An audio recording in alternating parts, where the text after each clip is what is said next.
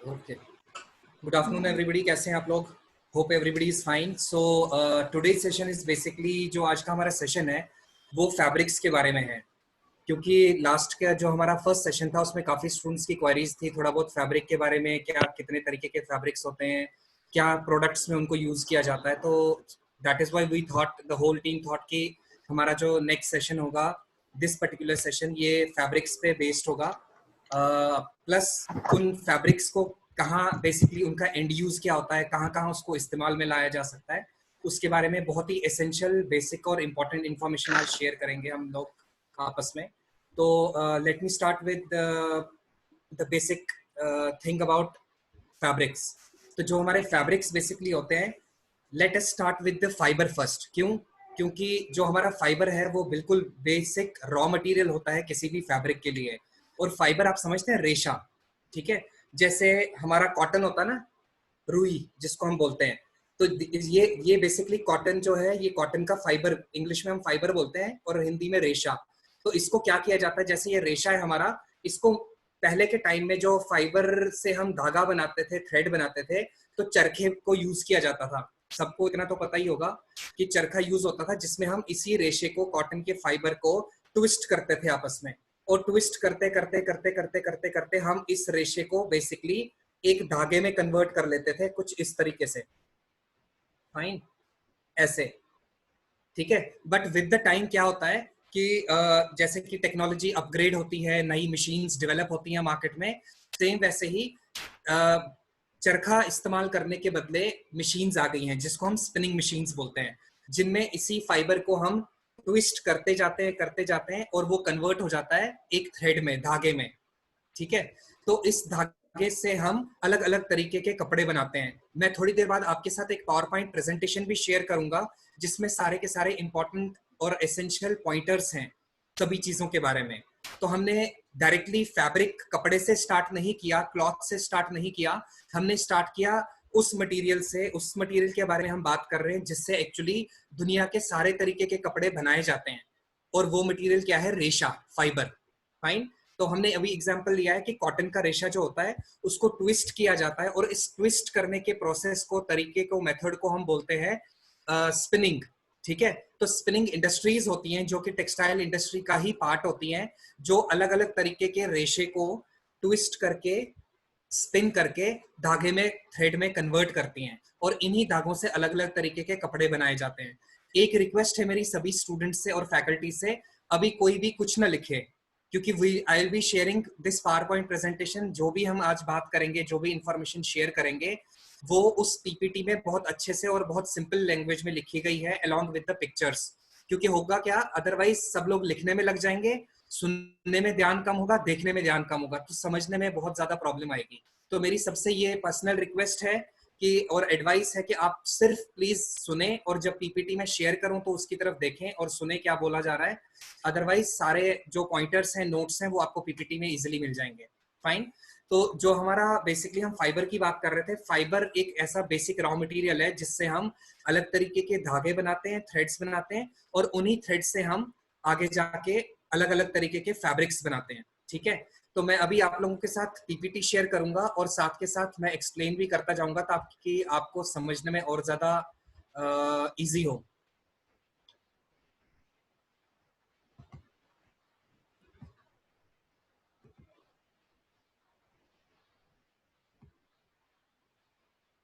PPT visible है अभी? ठीक है, थैंक यू हिमांशी। तो बेसिकली हमारा जो आज का टॉपिक है, that is fabric types and their end use, कि कितने तरीके के फैब्रिक्स होते हैं, बनाए जाते हैं पूरे वर्ल्ड में, ना कि सिर्फ हिंदुस्तान में, और उनका इस्तेमाल कहाँ कहाँ और किस तरीके से किया जाता है। और जैसा मैंने बोला कि फैब्रिक जो है वो एक टेक्सटाइल मटेरियल कहलाता है सारी दुनिया में, ठीक है, जो कि फाइबर मींस रेशे से बनाया जाता है। और ये जो फैब्रिक्स होते हैं ये अलग अलग तरीके के होते हैं, अलग अलग थिकनेस मींस पतला, मोटा, कोई बिल्कुल पतला, कोई हल्का, और अलग अलग वेट्स के बनाए जाते हैं। और जितने भी ये डिफरेंट अलग अलग तरीके के फैब्रिक्स होते हैं, इन सब की प्रॉपर्टीज, इन सब की खूबियां अलग अलग होती हैं एक दूसरे से। क्यों? क्योंकि ये अलग अलग रेशों से बनाए जाते हैं और अलग अलग मेथड से बनाए जाते हैं, ठीक है। उसके बाद एक कहावत बहुत मशहूर है, फैशन में, टेक्सटाइल में और इंटीरियर में, और सबसे ज्यादा तो टेक्सटाइल और फैशन में। उसको कहा जाता है फाइबर टू फैशन। मींस रेशे से लेके कपड़े तक जो प्रोसेस है वो बहुत इंपॉर्टेंट है। क्यों? क्योंकि बिना रेशे के दुनिया का कोई कपड़ा नहीं बन सकता एज सच। हाँ, एक्सेप्शंस हमेशा होती हैं। कुछ ऐसे भी फैब्रिक्स हम आगे जाके आने वाले टाइम में किसी सेशन में डिस्कस करेंगे जिसको हम बिना फाइबर के भी बनाते हैं। ऐसे भी कुछ कपड़े हैं। तो अभी उस बारे में हम टाइम वेस्ट नहीं करेंगे और वो इन्फॉर्मेशन अभी शेयर नहीं करेंगे, थोड़ी एडवांस्ड है। आगे जाके किसी सेशन में डेफिनेटली आई डिस्कस उस तरीके के फैब्रिक्स को भी। बट दुनिया के मैक्सिमम लगभग 90% फैब्रिक जो है वो अलग अलग तरीके के फाइबर से बनाए जाते हैं, और इसीलिए कहा जाता है फाइबर टू फैब्रिक। उसके बाद जैसे हमने अभी बात शुरू की थी, फाइबर जो है ये किसी भी फैब्रिक का बेसिक रॉ मटेरियल है, और इससे अलग अलग तरीके के धागे और फैब्रिक्स बनाए जाते हैं। और जैसा मैंने कहा, ये जो फाइबर को हम स्पिन करते हैं, ट्विस्ट करते हैं, पुराने जमाने में चरखे के ऊपर और आज के टाइम में स्पिनिंग इंडस्ट्रीज में, उस प्रोसेस को हम स्पिनिंग बोलते हैं। ठीक है, स्पिनिंग मीन्स ट्विस्टिंग और spinning of fibre into A yarn, धागे में कन्वर्ट करने को। और पूरी दुनिया में जो फाइबर्स होते हैं वो मेजरली दो टाइप्स में डिवाइड किए जाते हैं, एक नेचुरल फाइबर और दूसरा मैन मेड फाइबर। ठीक है, नेचुरल फाइबर जो होता है बेसिकली वो उन सभी फाइबर्स को बोला जाता है जो हम नेचर से ऑब्टेन करते हैं। और अब अगर हम नेचर की बात करें तो नेचर में हमारे प्लांट्स हैं, ट्रीज हैं, एनिमल्स हैं, इंसेक्ट्स हैं, बर्ड्स हैं, उसके अलावा अर्थ है, सॉइल है। तो इन सभी चीजों में से अगर हम किसी भी, फॉर एग्जाम्पल अगर हम किसी प्लांट की, पौधे की बात करते हैं, उसके रूट में से, उसके लीफ में से, उसके स्टेम में से, या किसी भी उसके पार्ट में से अगर हम किसी तरीके का रेशा ऑब्टेन करते हैं, फाइबर ऑब्टेन करते हैं और उससे कोई धागा बनाते हैं, तो वो धागा नेचुरल फाइबर कहलाएगा या नेचुरल थ्रेड कहलाएगा। तो पहली कैटेगरी या पहला जो टाइप है फाइबर्स का, जिसको हम नेचुरल फाइबर्स बोलते हैं, वो बेसिकली 3 कैटेगरीज में डिवाइड किया जाता है। पहला, जिसको हम प्लांट या सेलुलोसिक फाइबर बोलते हैं। फॉर एग्जाम्पल जैसे आप देख रहे होंगे स्लाइड पे कि कॉटन है, वो हम कॉटन का सीड उगाते हैं, प्लांट उगता है, उस प्लांट के बड में से हम रेशा लेते हैं। तो ऑब्वियसली कॉटन को हम प्लांट या सेलुलोसिक फाइबर कहेंगे। सेम वैसे ही जूट, जूट भी हम एक प्लांट से ऑब्टेन करते हैं। लिनन को भी हम एक प्लांट से, जिसको हम हेम्प कहते हैं या बास्ट फाइबर कहते हैं, उससे ऑब्टेन करते हैं।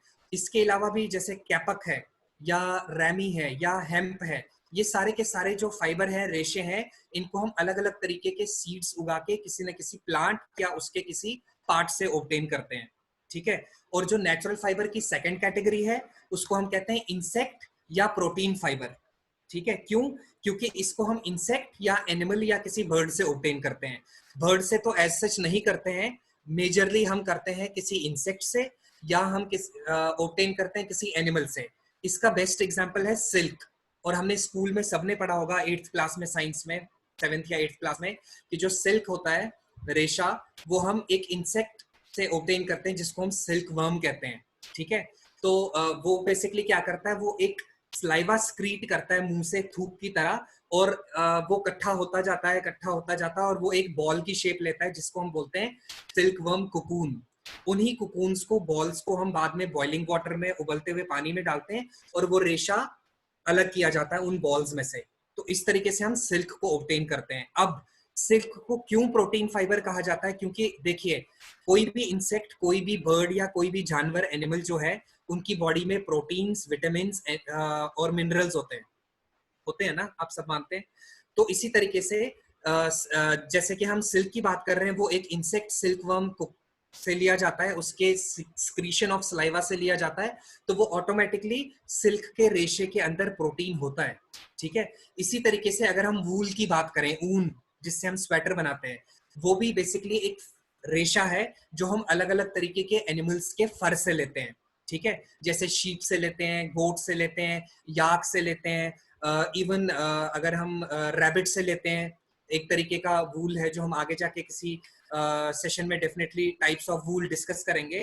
तो रैबिट से भी ऐसा हमेशा नहीं है कि शीप की फर से ही वूल के फाइबर को ऑब्टेन किया जाता है। बहुत सारे सोर्सेज हैं, बहुत सारे एनिमल्स हैं, जैसे मैंने अभी बताया, याक है, शीप है, गोट है, एक तरीके का कैमल भी है, उसकी भी फर से हम एक तरीके का वूल लेते हैं। हिमाचल वाले एरिया में अगर आप जाएं तो याक है, उसकी भी फर से वूल होता है। बट हाँ, डेफिनेटली इन सभी तरीके के एनिमल्स की फर में आपस में डिफरेंस होता है। तो ऑब्वियसली जो भी वूल, जो भी रेशा इनमें से लिया जाएगा, उनमें भी अलग अलग प्रॉपर्टीज और डिफरेंस होगा। कोई बहुत ही सॉफ्ट होगा, कोई थोड़ा हार्ड होगा, किसी में कुछ अलग प्रॉपर्टीज होंगी। बट क्योंकि हम वो एक फर से ले रहे हैं एनिमल के, तो एनिमल के अंदर भी प्रोटीन होता है, इसीलिए वूल को भी प्रोटीन फाइबर या एनिमल फाइबर कहा जाता है। ठीक है। और तीसरी जो कैटेगरी है नेचुरल फाइबर्स की, उसको कहा जाता है, को हम अर्थ से, सॉइल से, मिट्टी से लेते हैं। बेसिकली मिट्टी से कैसे, मिट्टी में एक पत्थर होता है जिसको बोलते हैं एस्बेस्टॉस। ठीक है। अब ऐसा नहीं फ्री टाइम में आजकल सब अपने गार्डन में जाएंगे, मिट्टी खोदेंगे 2 फुट और नीचे से कोई भी पत्थर निकला, हमने एस्बेस्टॉस ढूंढ लिया। ऐसा नहीं है। जैसा कि कोयला किसी स्पेसिफिक जगह पे मिलता है माइनिंग के बाद, सेम ऐसे ही एस्बेस्टॉस का पत्थर हर जगह धरती के नीचे नहीं मिलता, कुछ एरियाज में मिलता है। वहां पे माइनिंग की जाती है, उसको निकाला जाता है और उस पत्थर को क्रश किया जाता है। तो उसका जो फाइबर है, रेशा है, उस पत्थर से जो रेशा मिलता है क्रश करके, उससे हम बनाते हैं एस्बेस्टॉस नेचुरल फाइबर। ठीक है। तो 3 मेजर कैटेगरीज है नेचुरल फाइबर की। और जैसे मैंने पहले बोला था, आपके स्क्रीन पे अब एक फोटो आई होगी, टेक्सटाइल स्पिनिंग प्रोसेस। ये जितने भी तीनों तरीके के रेशे हम बनाते हैं, इसको हम टेक्सटाइल स्पिनिंग इंडस्ट्रीज में भेजते हैं और वहां पे उस रेशे को ट्विस्ट कर करके धागे में कन्वर्ट किया जाता है, थ्रेड में कन्वर्ट किया जाता है। जैसे आप देख सकते हैं अपनी स्क्रीन पे, इनको ट्विस्ट कर करके धागे में, थ्रेड्स में कन्वर्ट किया जाता है। और इस तरीके से कुछ मशीन्स होती हैं जिनको हम स्पिनिंग इंडस्ट्री की मशीन्स कहते हैं, जहां पे ये धागे बनाए जाते हैं स्पिनिंग प्रोसेस से। नेक्स्ट जो स्लाइड है वो है मैन मेड फाइबर्स के बारे में। जैसे मैंने बोला, फाइबर जो रेशा है वो 2 कैटेगरीज का है, पहला नेचुरल फाइबर, और अब हम डिस्कस कर रहे हैं मैन मेड फाइबर। अब मैन मेड मींस इंसान बना रहा है उसको। ये हम नेचर से, प्लांट से, सॉइल से, मिट्टी से, एनिमल से, इंसेक्ट से ऑब्टेन नहीं करेंगे। तो बेसिकली जैसे स्लाइड में हमने लिखा है, मैन मेड फाइबर्स वो फाइबर्स होते हैं जिनको प्रोसेस करके, कुछ केमिकल्स को प्रोसेस करके बनाया जाता है। और सबसे बेसिक केमिकल जो है वो है पॉलीमर। पॉलीमर क्या होता है? छोटे छोटे केमिकल्स होते हैं, आप लोग गूगल पे बाद में सर्च कर सकते हैं, बट आपकी नॉलेज के लिए बता देता हूँ। क्रिस्टल्स, जैसे हम मंदिर जाते हैं, प्रसाद में मिश्री मिलती है ना छोटी छोटी, तो सेम वैसा दिखने में ये पॉलीमर्स होते हैं, जो कि एक केमिकल मटेरियल है। इनको एक स्पेसिफिक मशीन में डाला जाता है और प्रोसेस किया जाता है, और फिर मैनमेड फाइबर्स बनाए जाते हैं। कौन से, आगे हम अभी डिस्कस करेंगे। ठीक है। और ये जो मैनमेड फाइबर्स हैं, ये बेसिकली इनकी कोई लिमिटेशन नहीं होती। इसको जितनी मर्जी आप क्वांटिटी में, तादाद में, क्वांटिटी में बना सकते हैं। क्यों? क्योंकि आप एक केमिकल पॉलीमर को प्रोसेस कर रहे हैं। जितनी क्वांटिटी में, जितनी बारी आप से आपने 1 किलो पॉलीमर को प्रोसेस किया, उससे 10 मीटर धागा बना। इसमें कोई लिमिटेशन नहीं है ना, नेचुरल फाइबर्स की तरह। एक बारी में अगर आप 10 शीप में से वूल की फर उतारेंगे, तो आप एक लिमिटेड क्वांटिटी में नेचुरल फाइबर से धागा बना सकते हैं। जबकि मैनमेड में कोई लिमिटेशन नहीं है। जितना आप केमिकल को प्रोसेस करेंगे, उतनी क्वांटिटी में आप बार बार मैनमेड फाइबर्स को बना सकते हैं। इसीलिए ये पॉइंट लिखा गया है कि मैनमेड फाइबर्स को बनाने के लिए उनकी प्रोडक्शन में कोई लिमिटेशन नहीं होती, और इसके लिए स्पेसिफिक मशीन्स यूज की जाती हैं। अब जो कैटेगरी है मैनमेड फाइबर्स की, वो भी 3 तरीके की है। पहली कैटेगरी सिंथेटिक फाइबर्स, जिसमें नायलॉन, पॉलिएस्टर, एक्रिलिक और रबर जैसे फाइबर्स बनाए जाते हैं या यार्न्स बनाए जाते हैं। दूसरी जो कैटेगरी है, उसको हम रीजनरेटेड कहते हैं। वर्ड रीजनरेटेड का मतलब है, हम ऑलरेडी किसी फाइबर को जो ऑलरेडी बना चुके हैं, चाहे वो नेचुरल है, चाहे वो सिंथेटिक कैटेगरी का मैनमेड है, उसको हम दोबारा प्रोसेस कर रहे हैं कुछ नए केमिकल्स के साथ, और एक नए तरीके का फाइबर बना रहे हैं या यार्न बना रहे हैं। इसीलिए इसको रीजनरेटेड कहते हैं, क्योंकि हम रीजनरेट कर रहे हैं। तो इस कैटेगरी में जो फाइबर्स आते हैं वो रेयॉन, विस्कस, एसीटेट, कॉयर जैसे फाइबर्स आते हैं। अब कॉयर आपने सुना होगा शायद, अगर नहीं सुना तो बताता हूँ। कोकोनट का जो हस्क होता है ना, उसको हम कॉयर बोलते हैं। जो कोकोनट का छीलते हैं हम, जूट के जैसा जो दिखने में होता है, उसी को प्रोसेस किया जाता है। अब अगर हम कॉयर की बात करें, कॉयर एक नेचुरल फाइबर है जो ऑलरेडी अवेलेबल है। उसी को जब और किसी केमिकल के साथ हम ट्रीट करेंगे, तो हम नए तरीके का रीजनरेटेड मैन मेड फाइबर बनाएंगे। और जो तीसरी कैटेगरी है, अगेन वो man made fibre, sorry mineral fibre की है। मिनरल फाइबर, अगेन मिनरल की बात हो रही है तो हम धरती से ले रहे हैं। तो मैन मेड कैटेगरी में भी मिनरल फाइबर होता है, नेचुरल कैटेगरी में भी मिनरल फाइबर होता है, लेकिन नेचुरल कैटेगरी में एस्बेस्टॉस जो पत्थर से निकाला जाता है, और यहाँ पे जब हम मैन मेड फाइबर की बात करें, मिनरल फाइबर की बात करें, उसको हम बोलते हैं ग्लास फाइबर। और ये कैसे बनाया जाता है?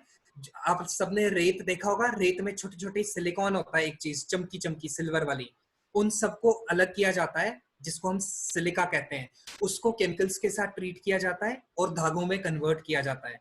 ठीक है, अब ये तो हम समझ गए कि नेचुरल फाइबर्स को धागा बनाने के लिए हम रेशे को ट्विस्ट करते हैं, जैसे मैंने एक कॉटन में आपको करके दिखाया था।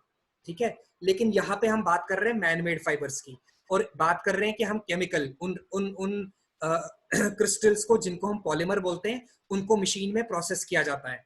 तो वो कैसे किया जाता है? इस तरीके की मशीन्स होती हैं जो आपकी नेक्स्ट स्लाइड में आपके स्क्रीन पे दिखेंगी। इसमें उतना क्लियर नहीं है, नेक्स्ट डायग्राम में, नेक्स्ट स्लाइड में और ज्यादा क्लियर हो जाएगा और मैं समझाऊंगा आपको। तो मैं चेंज कर रहा हूं नेक्स्ट स्लाइड। ये डायग्राम जो है आपके स्क्रीन पे आ गया होगा, हिमांशी दिख रहा है नेक्स्ट डायग्राम? ठीक है, तो बेसिकली ये जो मशीन होती है मैन मेड फाइबर धागे बनाने की, जैसे हम पॉलिएस्टर की बात करें, रेयॉन की बात करें, नायलॉन की बात करें, स्पेंडेक्स की या लाइक्रा के धागे की बात करें, क्या होता है, ये जो ऊपर ऑरेंज कलर का आपको ट्राइंगुलर सा डिवाइस दिख रहा है, उसके अंदर ये पॉलीमर हम डालते हैं, कुछ केमिकल्स और एसिड्स को डालते हैं, और इसके अंदर जो नीचे पंप दिख रहा है लिखा हुआ, वो घूमता है गोल गोल, जिससे ये सारी चीजें मेल्ट हो जाती हैं। और जब वो मेल्ट होती हैं तो वो पानी जितना पतला नहीं होती, वो गाढ़ी होती है, केचप के जैसी, फाइन। और फिर फिल्टर दिख रहा होगा आपको, वो नीचे की तरफ उसको कंप्रेस किया जाता है, जो सॉल्यूशन मेल्ट होके बनता है, सेमी लिक्विड सॉल्यूशन। और फिर एक डिवाइस दिख रहा है SPINERETTE, जिसको हम स्पिनरेट कहते हैं। ये कैसा होता है? हम सबके बाथरूम में शावर होता है, सबने देखा होगा बाथरूम में शावर लगा होता है, उसमें बहुत सारे होल्स बने होते हैं, और जब हम शावर को ऑन करते हैं तो पानी की बहुत सारी स्ट्रिंग्स निकलती हैं उसमें से। सेम ऐसे ही जब ये सेमी लिक्विड सॉल्यूशन मेल्ट होता है, तो इस डिवाइस स्पिनरेट में से एयर की प्रेशर की वजह से उनको नीचे की तरफ गिराया जाता है। तो अब ऑरेंज लाइंस देख रहे होंगे, ये सेमी लिक्विड सॉल्यूशन उन स्ट्रिंग्स, पतली पतली धाराएं स्ट्रिंग्स के फॉर्म में नीचे निकलता है स्पिनरेट में से। और लेफ्ट साइड में आप देख रहे होंगे कोल्ड एयर, ठंडी चिल्ड हवा इन स्ट्रिंग्स को दी जाती है। तो जब ये स्ट्रिंग्स नीचे की तरफ गिरती है, ठंडी हवा दी जाती है इनको, तो ये जमना शुरू हो जाती है। और जब ये जमना शुरू हो जाती है तो ये ऑटोमेटिकली धागे की शेप लेती है। ठीक है, और फिर नीचे जाके आप देख रहे होंगे कि इसके ऊपर फाइबर फिनिश दी जाती है। अगर किसी में शाइन बढ़ाना है तो कोई और केमिकल की फिनिश दी जाएगी, अगर किसी में कलर चेंज करना है तो वो फिनिश दी जाएगी, और फिर बाद में इसको वाइंड किया जाता है, मींस लपेटा जाता है फाइनली कोन्स के फॉर्म में। ठीक है, तो ये प्रोसेस होता है, और इसी तरीके की मशीन से, प्रोसेस से हम नायलॉन का धागा बनाते हैं, पॉलिएस्टर का धागा बनाते हैं, एक्रेलिक का धागा बनाते हैं, रेयॉन का धागा बनाते हैं। लेकिन अब यूजुअली स्टूडेंट्स या फैकल्टीज का क्वेश्चन होता है, प्रोसेस तो एक ही है, मशीन तो एक ही है, रॉ मटेरियल पॉलीमर भी एक ही है, फिर इतने तरीके के मैनमेड फाइबर धागे कैसे बन पाते हैं, यार्न्स कैसे बन पाते हैं? तो होता ऐसा है कि बेसिक एक मशीन तो वही रहेगी, प्रोसेस भी वही रहता है, लेकिन जो पॉलीमर है वो एक बेसिक रॉ मटेरियल है। अगर हमने पॉलिएस्टर बनाना है तो पॉलीमर के साथ हम कुछ और केमिकल्स ऐड करेंगे, कुछ एसिड्स ऐड करेंगे। हमने नायलॉन बनाना है तो हम एसिड को चेंज कर देंगे, उसके साथ कुछ सॉल्ट्स या एल्कलीज ऐड कर देंगे। अगर हमने रेयॉन बनाना है तो हम वुड पल्प पॉलीमर्स के साथ ऐड कर देंगे। तो थोड़ा थोड़ा जो केमिकल्स हैं उनकी वेरिएशन की वजह से अलग अलग तरीके के ये मैनमेड फाइबर्स और यार्न्स को बनाया जाता है। ठीक है, नेक्स्ट स्लाइड जो है ये अगेन स्पिनरेट की है, कि उसी स्पिनरेट डिवाइस में से ऐसे स्ट्रिंग्स के फॉर्म में ये निकलते हैं, इनको ठंडी हवा से सॉलिड किया जाता है और ये धागों में कन्वर्ट हो जाते हैं। तो इस तरीके से हम मैनमेड फाइबर्स को बनाते हैं। ठीक है, अब फाइबर्स से हमने यार्न बना लिया, चाहे नेचुरल फाइबर्स से हमने धागे बना लिए स्पिनिंग प्रोसेस के थ्रू, चाहे अभी जो डायग्राम देखा उसके थ्रू बनाए मैनमेड यार्न्स। यार्न मींस धागा, थ्रेड। ठीक है, तो यार्न भी जो है वो दो कैटेगरीज में डिवाइड किया जाता है, नेचुरल और मैनमेड। ठीक है, नेचुरल हम बनाते हैं स्पिनिंग प्रोसेस से, जैसा हमने अभी डिस्कस किया, और मैनमेड फाइबर्स को हम बनाते हैं एक्सट्रूशन प्रोसेस से। ये जो स्पिनरेट डिवाइस, शावर के जैसे डिवाइस में से स्ट्रिंग्स निकाली जाती हैं एयर के प्रेशर से, उसको जमा सॉलिड किया जाता है उन स्ट्रिंग्स को, उस प्रोसेस को हम एक्सट्रूशन प्रोसेस कहते हैं। इंग्लिश का जो वर्ड यूज किया जाता है एक्सट्रूशन। ठीक है, तो बेसिकली जो जलेबी बनाने का प्रोसेस है उसको भी हम एक्सट्रूशन प्रोसेस कह सकते हैं। जो मैदा या आटा लिक्विड होता है उसको हम मल मल के कपड़े में बांधते हैं और ऐसे कढ़ाई में तेल में जब ऐसे निकालते हैं वो भी एक्सट्रूशन है। तो सेम ऐसे ही स्प्रिंट में से एक्सट्रूड होते हैं ये केमिकल्स, उनको सॉलिड किया जाता है और धागों में कन्वर्ट किया जाता है। अब मेन मुद्दे पे हम आते हैं, बट इस मेन मुद्दे पे आने के लिए पहले ये फाइबर और धागों के बारे में समझना जरूरी था, इसलिए ये इंफॉर्मेशन आप लोगों के साथ शेयर की। आज का जो मेन टॉपिक है वो कपड़ों के बारे में है, फैब्रिक्स के बारे में है। अब हम उस पॉइंट पे आते हैं। पूरी दुनिया में जो कपड़े बनाने के तरीके हैं वो मेजरली 3 ही तरीके हैं पूरी वर्ल्ड में। पहला वीविंग, जैसे कि हमने फर्स्ट सेशन किया था रिबन वीविंग, जिसमें हम वर्टिकल धागे और हॉरिजॉन्टल धागों को आपस में इंटरलेस करते हैं और कपड़ा बनाते हैं। वो उस प्रोसेस को हम कहते हैं वीविंग प्रोसेस, जिसमें इंटरलेसमेंट ऑफ यार्न्स होती है, थ्रेड्स होती है। ठीक है। सेकंड जो प्रोसेस है उसको हम कहते हैं निटिंग, और सब लोगों ने घर में देखा होगा स्वेटर और नीडल्स के साथ, हमारी मदर्स, ग्रैंड मदर्स या हम में से खुद भी काफियों ने, विंटर सीजन अभी गया ही है, स्वेटर्स, कार्डिगन्स, कैप्स, ग्लव्स, इस तरीके के बच्चों को पहनने के लिए ग्लव्स, ये सब कंस्ट्रक्ट करते हैं। बट वो एक बेसिक मेथड होता है निटिंग का। ठीक है। तो जिसमें हम यूजुअली वूल या एक्रिलिक के धागों को यूज करते हैं। तो बेसिकली वीविंग में हम क्या करते हैं, इंटरलेसमेंट ऑफ यार्न्स, और निटिंग में हम क्या करते हैं, इंटरलूपिंग। इंटरलूपिंग मींस एक धागे से पहला लूप बनेगा, कड़ी बनेगी, और दूसरे धागे से दूसरी कड़ी बनेगी। इन दोनों कड़ियों को आपस में जोड़ेंगे हम, जैसे हमारी चेन होती है। तो निटिंग में बेसिकली इंटरलेसमेंट नहीं होती, इंटरलूपिंग होती है धागों की, जिसकी वजह से हम स्वेटर, कार्डिगन या टी शर्ट जैसा फैब्रिक बना पाते हैं। तीसरा जो मेथड है उसको हम नॉटिंग या पेस्टिंग कहते हैं। ठीक है। तो कई बहुत सारे तरीके के फैब्रिक्स नॉटिंग और पेस्टिंग टेक्निक से भी बनाया जाता है। अगर हम नॉटिंग की बात करें तो आप सबको क्रोशिया पता होगा, जिसको हम क्रोशेट कहते हैं।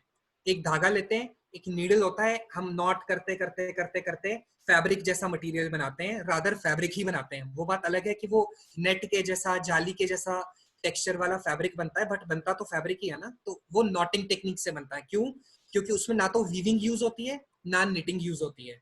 और उसके अलावा कुछ फैब्रिक्स पेस्टिंग टेक्निक से बनाए जाते हैं, जिसमें हम धागों को यूज नहीं करते, रेशे को ही यूज करते हैं। छोटे छोटे रेशों को हम केमिकल सॉल्यूशन, एक कंटेनर में डाला जाता है, छोटे छोटे फाइबर्स को उसमें डाला जाता है, और ऊपर से उसको प्रेस किया जाता है विद हॉट एयर। जैसे हमारी प्रेस होती है वैसी बहुत बड़ी शीट होती है, उसको प्रेस किया जाता है। सपोज कीजिए ये कंटेनर है, इसके अंदर हमने बहुत सारे छोटे छोटे रेशों को डाला केमिकल सॉल्यूशन के अंदर, और ऊपर से वो प्लेट गरम प्रेस की तरह इसको कंप्रेस करके सुखा देगी। और जब सूख जाएगा केमिकल और ये प्लेट, ऊपर प्रेस वाली प्लेट उठेगी, तो नीचे हमारे पास कपड़े की जैसा, शीट के जैसा तैयार फैब्रिक बन जाता है। लेकिन इस तरीके के फैब्रिक्स में स्ट्रेंथ, ड्यूरेबिलिटी बिल्कुल नहीं होती, लेकिन इनका अलग यूज है। तो पहले जो 2 मेथड्स हैं, पहला वीविंग और सेकंड निटिंग, ये दुनिया के सबसे ज्यादा इस्तेमाल होने वाले प्रोसेसेस हैं, मेथड्स हैं, जिनसे दुनिया का सबसे ज्यादा कपड़ा बनाया जाता है। नॉटिंग और पेस्टिंग से भी कपड़ा बनाया जाता है, लेकिन इतना ज्यादा नहीं। नेक्स्ट जो स्लाइड है, वीविंग के बारे में थोड़ा सा और इलेबोरेट करेंगे, इसको थोड़ा सा और समझेंगे।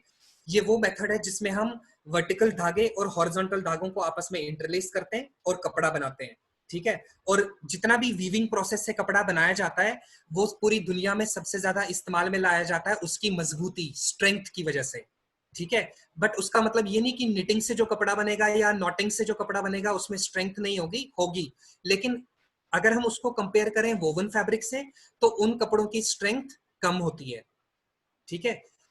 और पूरी दुनिया में ये जो वीविंग से फैब्रिक बनता है, इसका जो इस परसेंटेज है वो बहुत ज्यादा है। अप्रॉक्स 70%, 70% का जो कपड़ा है वो वीविंग प्रोसेस से बनता है, और उसको हम अलग अलग जगहों में यूज करते हैं, चाहे कपड़ों के लिए, गारमेंट्स के लिए, होम फर्निशिंग प्रोडक्ट्स जैसे कि बेडशीट्स, टेबल कवर्स, पर्दे जिनको हम कर्टन्स बोलते हैं, या कोई भी गारमेंट की बात करें, 70 से 75% जो भी ये चीजें बनती हैं वो वीविंग से बने हुए वोवन फैब्रिक से बनाई जाती है। क्यों? क्योंकि उनमें स्ट्रेंथ ज्यादा होती है। ठीक है।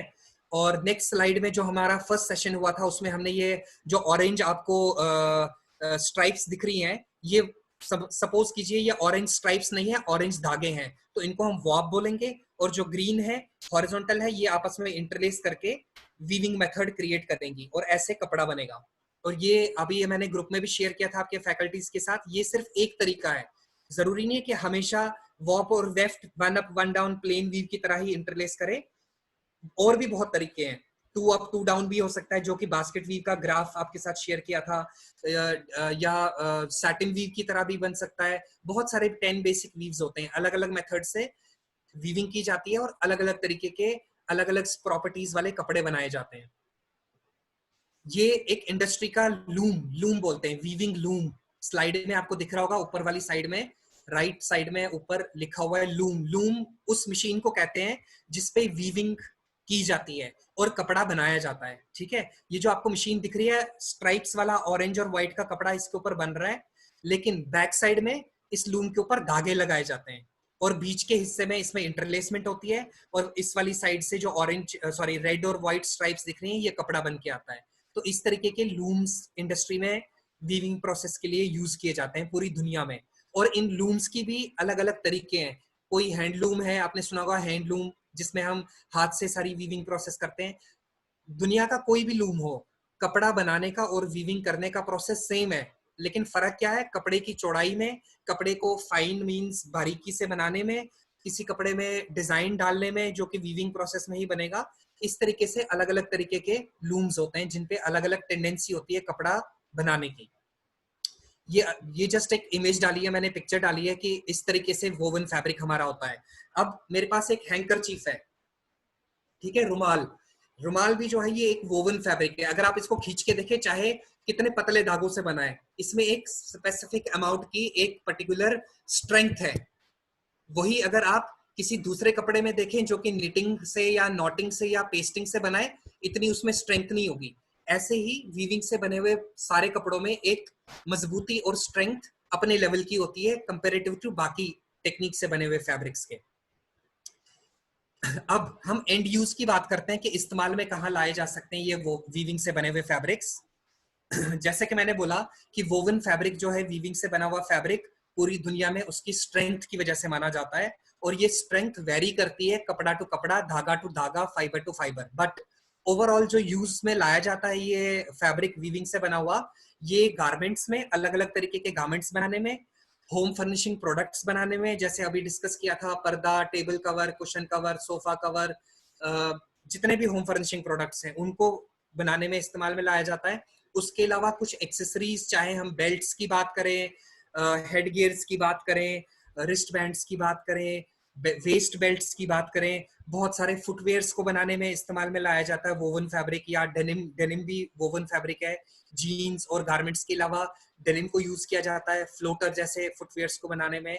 उसके अलावा भी ऑटोमोबाइल इंडस्ट्री जो कार्स वगैरह बनाती हैं, स्कूटर्स, डिफरेंट ऑटोमोबाइल्स बनाती हैं, उनमें भी चाहे वो सीट कवर के तौर पे, या कार में सीट कवर्स हैं, उनका अंदर से छत है, या अगर हम एविएशन की बात करें, जो एयरक्राफ्ट्स, एरोप्लेन्स होते हैं, उनकी अंदर की इंसुलेशन, उनके सीट कवर्स, जितनी भी ऑटोमोबाइल या काफी सारी इंडस्ट्रीज है जो इन फैब्रिक्स को यूज करती है। यहाँ तक कि स्पेस में जाने वाला स्पेस क्राफ्ट में भी बहुत तरीके के वोवन और मैनमेड फाइबर से बने हुए फैब्रिक्स को इस्तेमाल में लाया जाता है अपनी प्रॉपर्टीज, मजबूती और स्ट्रेंथ की वजह से।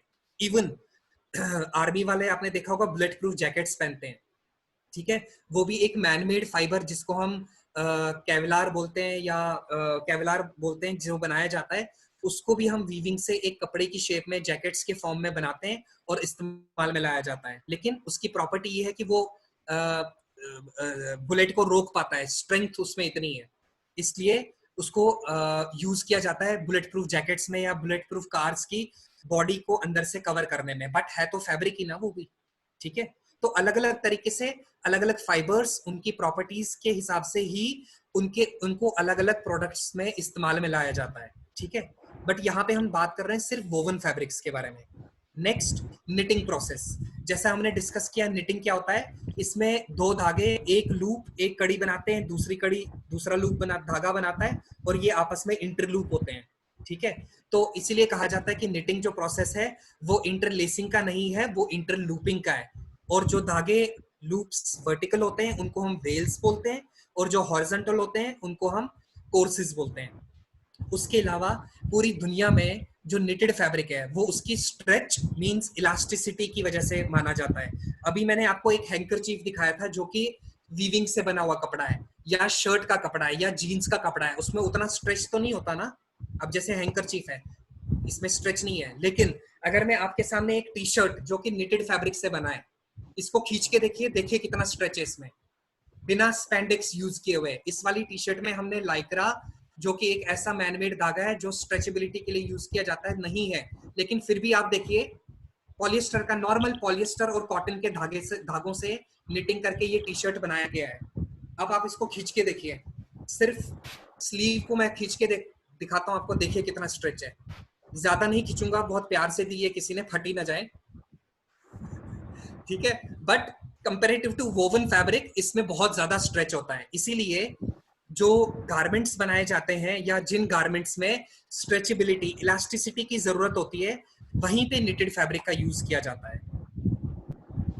जैसा कि नेक्स्ट स्लाइड में आप देखेंगे, इंटरलूप हो रहे हैं धागे, और नीचे वाला जो इमेज है जिसमें ग्रीन, पिंक, ग्रे कलर का फैब्रिक दिख रहा है, ये निटेड फैब्रिक है जो स्वेटर्स और कार्डिगन्स में ज्यादातर इस्तेमाल में लाया जाता है। और अब जो नेक्स्ट स्लाइड है, जैसा हमने लूम पढ़ा था, वीविंग के लिए लूम मशीन यूज की जाती है, ऐसे ही निटिंग के लिए दो तरीके की मशीनें यूज की जाती हैं। एक पहला जो आपके स्क्रीन पे दिख रहा होगा, जिसको हम फ्लैट बेड निटिंग मशीन बोलते हैं।